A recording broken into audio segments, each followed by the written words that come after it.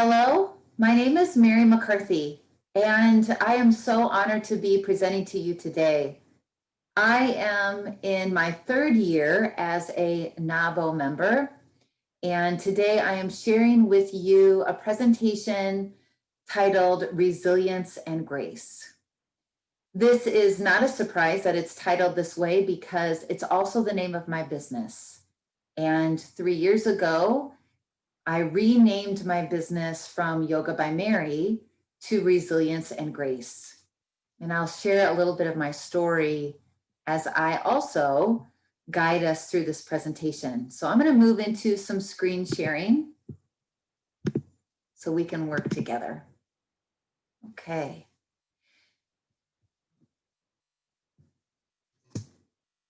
Let's see. We'll get moving. Okay. So this is me.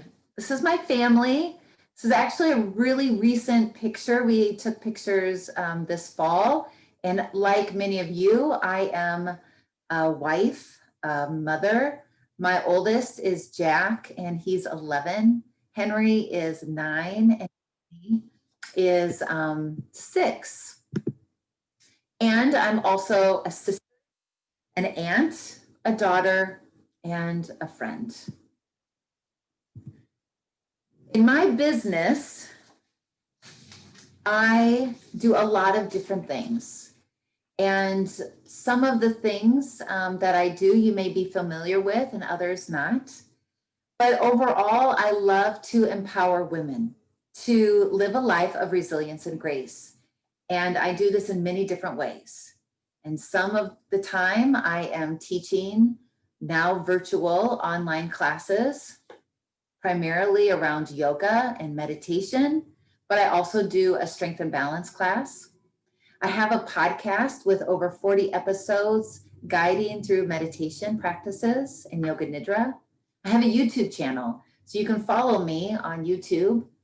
I am a doTERRA wellness advocate.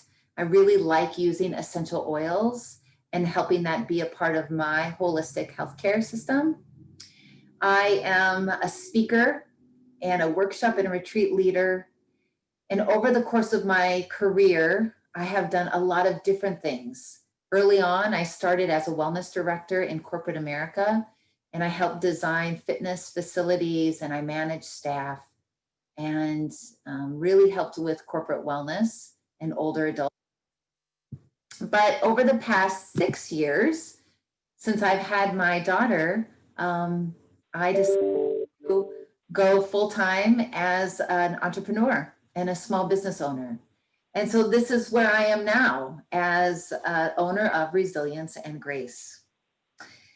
And like you, I juggle all of these different roles, and I juggle my personal life and my professional life. Sometimes it's a seamless transition, and many times it feels very overwhelming. So before we dig into the meat of this presentation, I'm going to ask us all just to take a moment and become present. So those of you who just joined us, if you would like to please mute yourself and turn your cameras off. And then all of you uncross your legs, place your feet flat on the ground, sit up tall, close your eyes. And just welcome yourself into this present moment. Allow yourself to be immersed in the information, feeling the sensations in your body as your breath deepens, and helping you move from the fight or flight sympathetic nervous system into a time to reset and pause as we eliminate the parasympathetic nervous system, or a time to rest and digest. Go ahead and open your eyes again. I'm so honored to be here with you.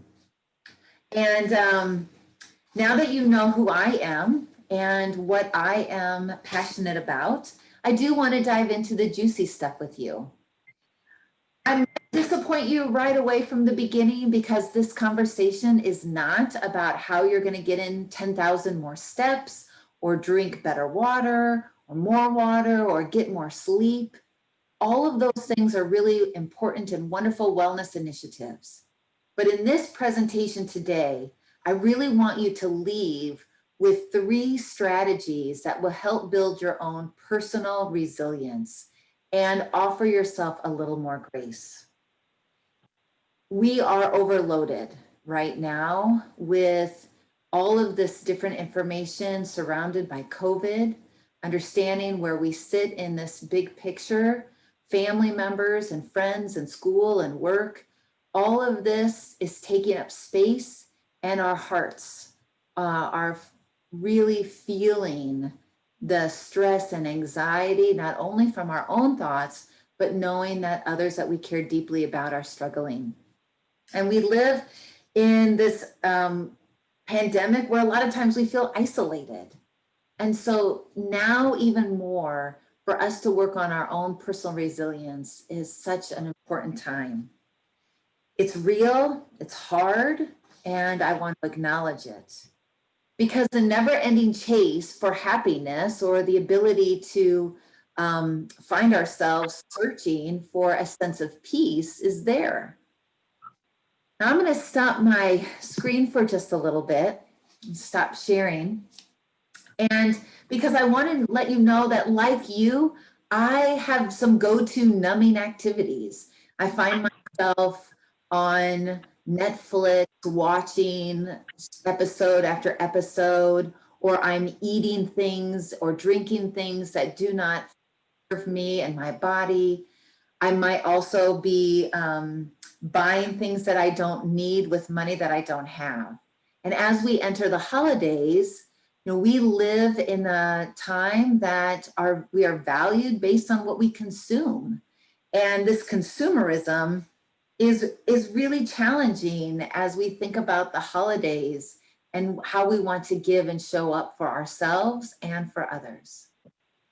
I'd like to introduce you to an author that I met on one of my favorite authors and podcasters now, Brene Brown. She introduced a speaker, and his name is Dr. Scott Sonnenschein. So let me show you his book. His book is titled Stretch. And in this book, it is unlocking the power of less and achieving more than you ever imagined. In his book, he reminds us that we can look for ways to stretch.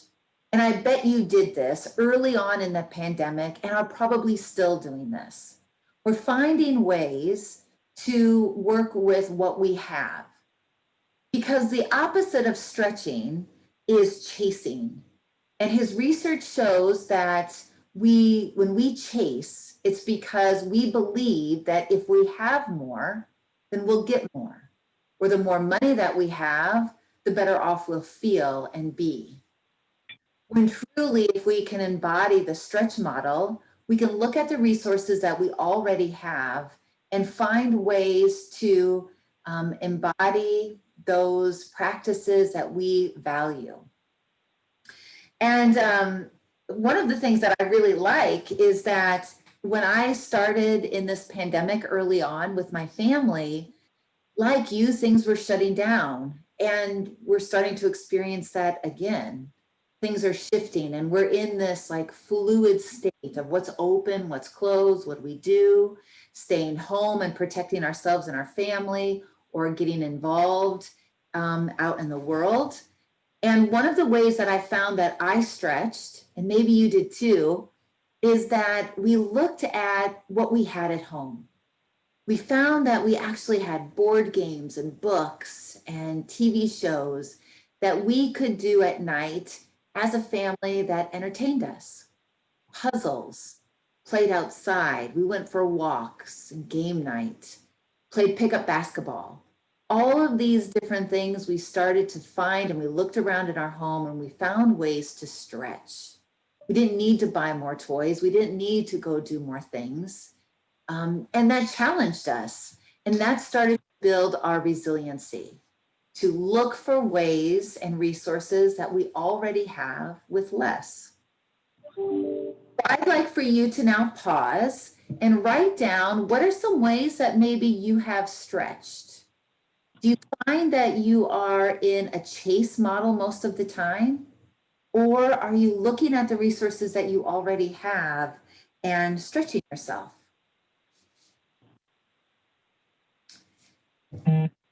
All right.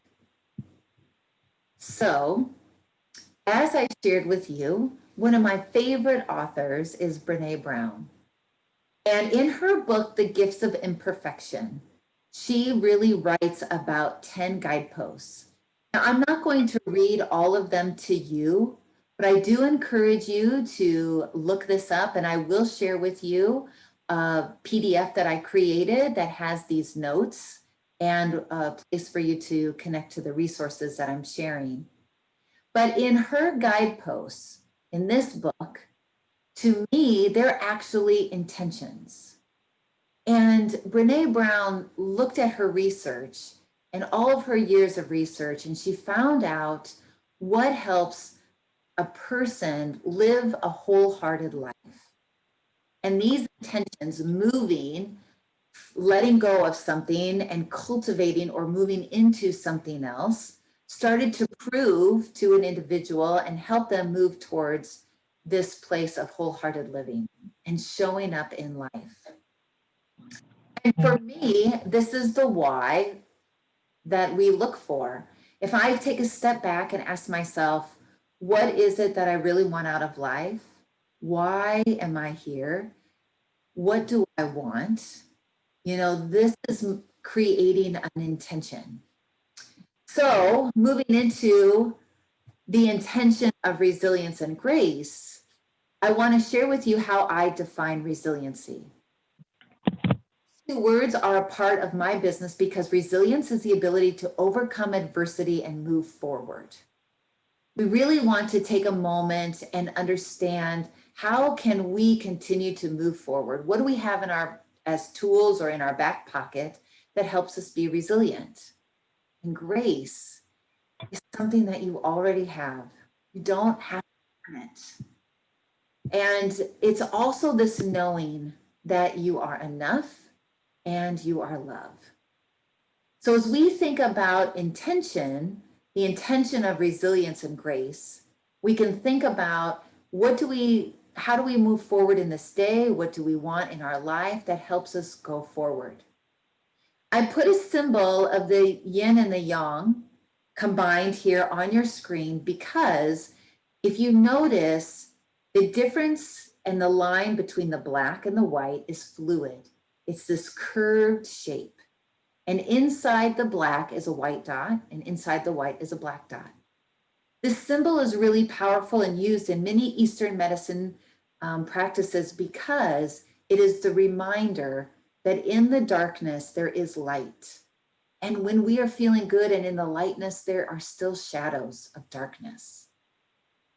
It is not all one way or the other. And this image can help us transition from these highs and lows and moments of joy and sorrow. I also keep very close to me the serenity prayer and asking myself, God, grant me the serenity. And I get a little nervous when I talk, so I don't have it memorized. I do, but I don't. God, grant me the serenity to accept the things I cannot change, the courage to change the things that I can, and the wisdom to know the difference.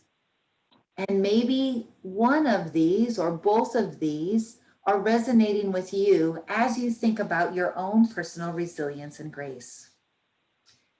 When I continued to do some research around resiliency, Brene Brown also shared in her research 5 things that cultivate a resilient person and make up a resilient person.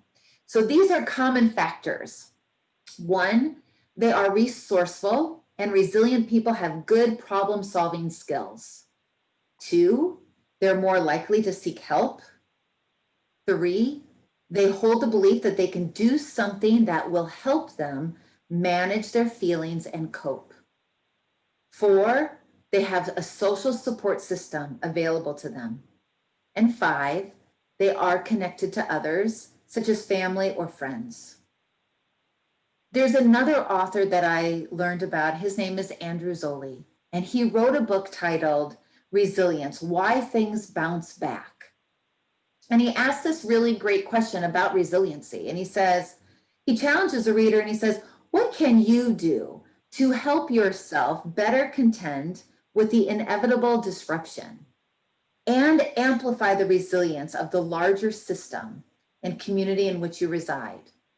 And I think that's a really interesting, challenging question for us, because it's really asking us as individuals, how do we help ourselves better contend with disruption? For example, yesterday, an email came to me and one of my children was exposed to someone positive at school. And we had to quickly adjust our lives and keep kids home. And as I thought about this, I had to think about, how do we as a family, as an individual, deal with this disruption, and now look at it as a bigger picture? How do we also amplify the resilience of the larger community that we serve in? And so staying home and quarantining and wearing our mask and being really mindful is our way to be resilient and help the larger community around us. And that's truly the question of how communities and countries move forward with thinking about their own resiliency and why things bounce back. So you know now that resiliency has action, and it's a practice of a lot of small steps. So let's now move into an intention of meaning and purpose. And I want to share this with you as well, because as we dig into this intention of meaning and purpose, this is another way we think about building our own personal resilience. Resilient people, though, have a core purpose, and that's important to think about, because when we can ask ourselves and we think about what is our intention or what is our meaning and purpose, it will help us move forward and ask that question, what is my next right step? Instead of getting overwhelmed with all of the things to do, we can ask ourselves, what is my intention for this moment or this day, this week, this month? And then help us make the next right step. Now, as a yoga and meditation teacher, one of the ways that I practice this to find and tap into my intention is to sit and meditate and invite this time of quiet and stillness. When I'm constantly on the go and I'm moving from one activity to the next and I'm hustling and I'm moving forward, it is so easy to get trapped into that. And at the end of the day, ask myself, what did I do? What did I accomplish? Am I any closer to the goals? Am I work towards the person that I want to be? And so when I can find those quiet moments in my day and then be consistent with it, I can ride the waves of emotion. Some days I'm feeling really awesome and full of energy, but some days I'm feeling very sad and anxious and afraid. And every time that I practice meditation, I know that these feelings come and go. And the practice of meditation reminds us that I just witness my feelings and thoughts.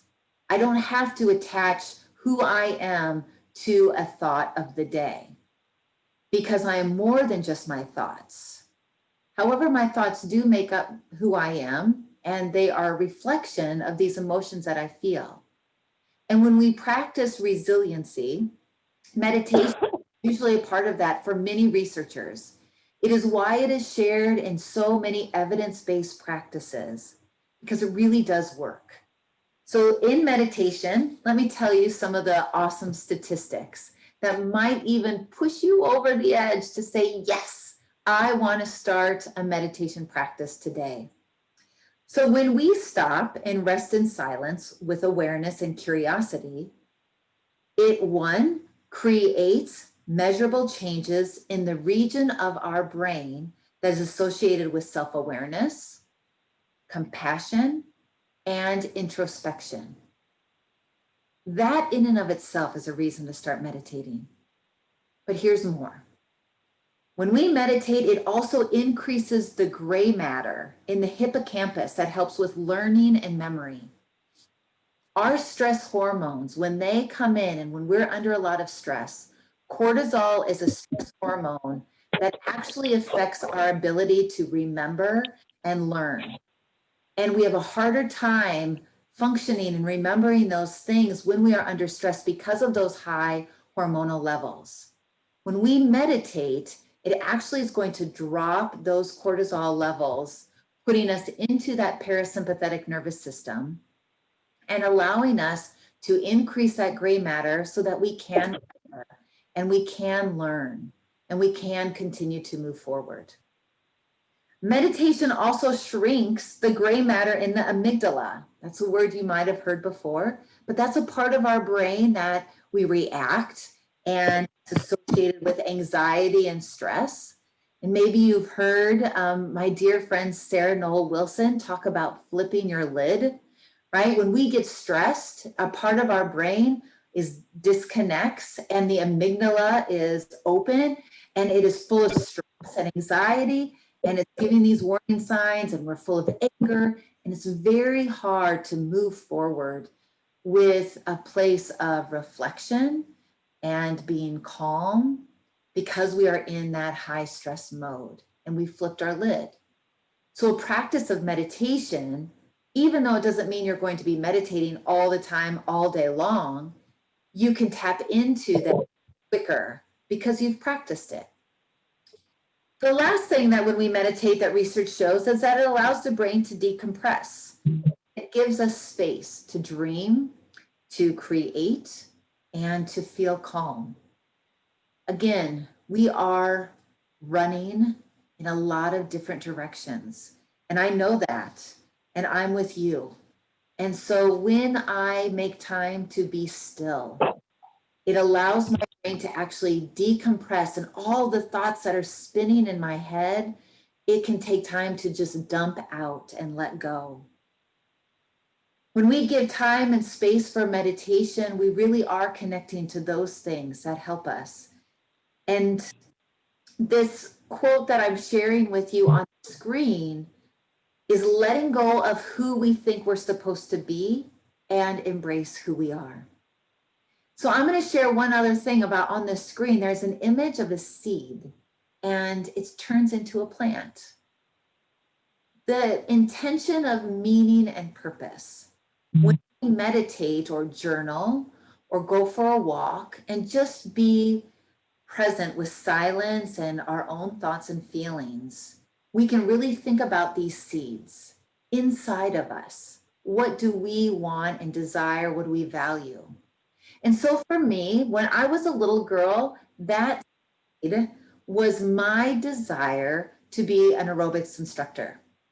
My mom was an aerobics instructor in the 80s, and I grew up in the 70s and 80s, and I watched my mom teach like Jane Fonda and Kathy Smith. And I had a lot of fun. I watched her wear all these different leotards and leg warmers, and she would create routines based on, the top 40 songs. And I thought to myself, oh, that's what I want to be when I grow up. I want to get on stage and be like Jane Fonda or Kathy Smith. But when I was a freshman in high school, I tore my ACL. And I was playing basketball. This is a ligament inside of your knee. And immediately my ability to be really competitive in sports and to move my body the way that I wanted to had to take a step back. So I had surgery. I reconstructed my ACL and I was on the path to getting stronger and working in my body when one year I tore it again and it ruptured the second time and I was put in a wheelchair. For 2 weeks as a sophomore in high school, I was in a wheelchair and I had to learn how to navigate with a disability. It taught me at a very young age when something you want and how you move your body is taken away from you because of an injury, and it doesn't really necessarily shift who you are as a person, but other people look at you differently and you have to make all these adaptations. And my dream at the time of being a competitive athlete and being Jane Fonda changed. What happened in that story for me is that I went on to learn about athletic training and exercise science and how to heal the body. So when I went on to college and I got a degree in exercise science and health education and health prevention, I left school with a desire to help other people now be healthy and well. I'd already learned how to have loss and grief from my body being able to do something I wanted it to do and shift my perspective.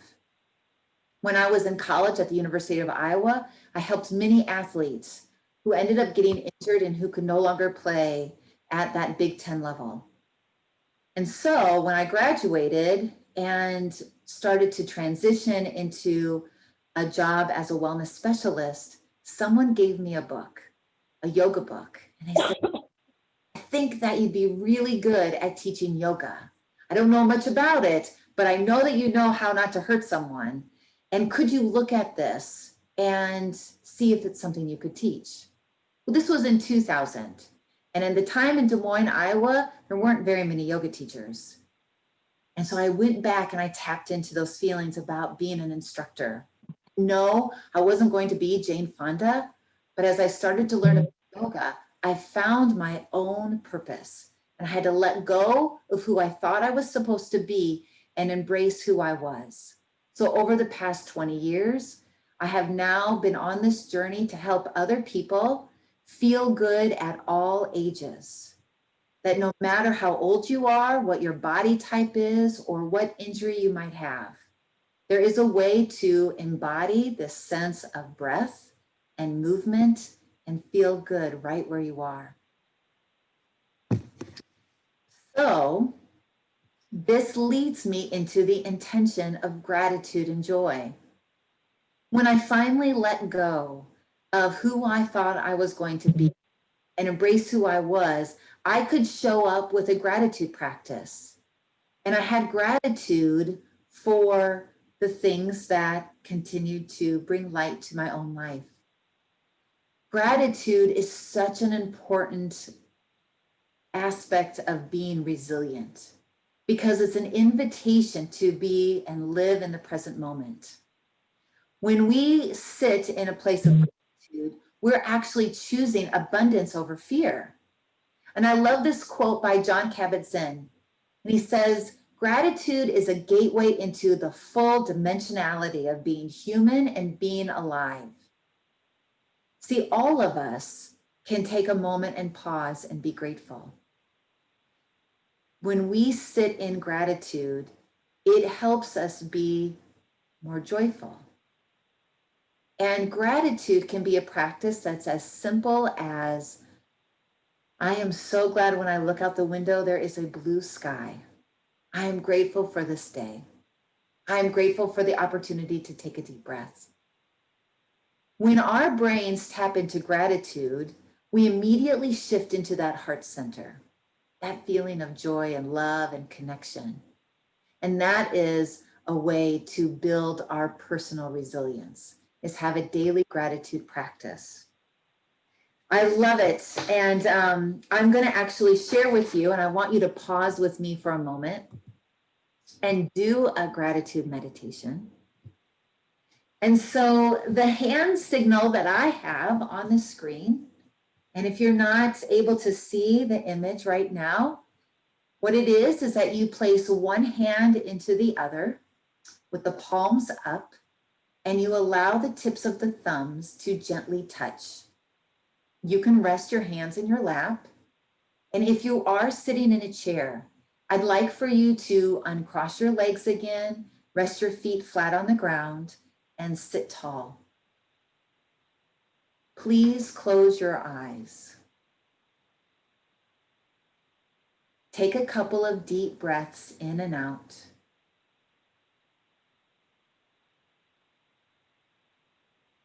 Welcome yourself into this present moment.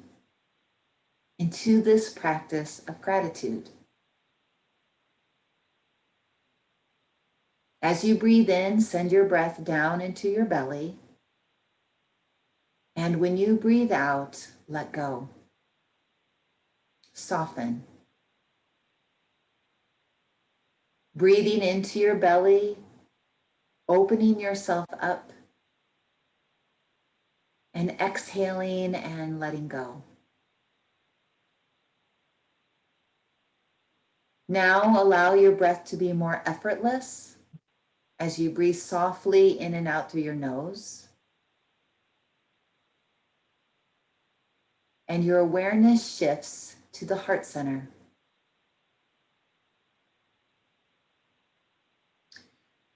Hold gratitude in your heart for your breath. You are breathing, and breath gives us life.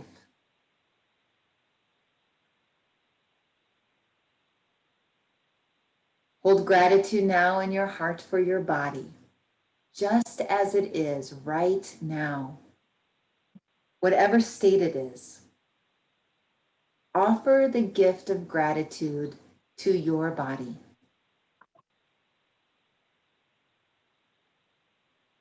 Hold gratitude now for your mind, the power of your mind, the ability to see, reflect, remember.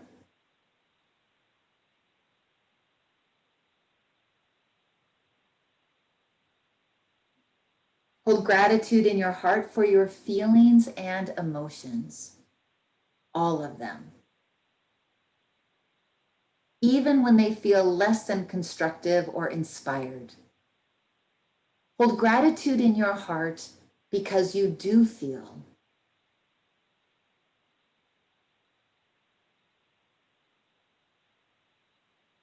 Hold gratitude now for nature, for all living things, because we are connected. You are sustained by nature. Hold gratitude in your heart for nature.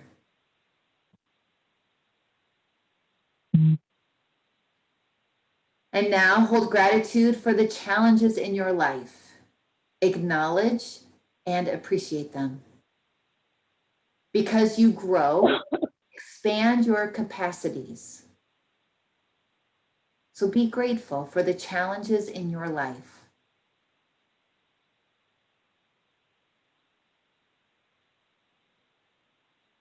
And we hold gratitude for this moment and the gift of today. We are here another day on this earth to feel, to think, to experience, to express ourselves. Appreciate all that is and will be as we hold gratitude in our heart for this day, this moment.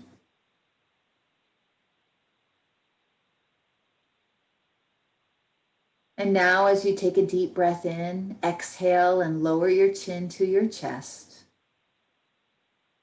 When you're ready, slowly open your eyes. Isn't that nice? So the intention of love and connection. I bet after doing that meditation, you already feel softer, more connected. You're starting to feel compassion and love in your heart. We are wired for love and connection. And these practices matter. When I was asked to present, I knew that it would be in a different format. I know we've all kind of gotten used to watching presentations on Zoom. And although it's a wonderful technology, it is different than feeling each other in the same room. Our energy being connected, looking at each other in our eyes, smiling, our body language. So I'd like for you to really think about right now some non-negotiables, some things in your life that help you build your own personal resilience. Some of these things might be adding meditation to your life, to your day, starting as simple as 5 minutes. You might think of adding movement, yoga, or strength and balance exercises, walks with a friend, eating healthy, nutritious foods that are in your body, connecting to nature, being with animals, your pets, finding ways to connect with your family and friends, having fun, just being you. So right now, take a moment as you think about all these different things that I've shared with you, and what is it that are your 3 personal resilience strategies? If your intention is to be well in mind, body, and spirit, what do you do that gets you moving in that direction? For me, it is always my intention to move my body every day in some way because I know that it helps me feel better. And with that intention, I find ways to carve out different ways to move, whether it's with a family member or alone, online or in person.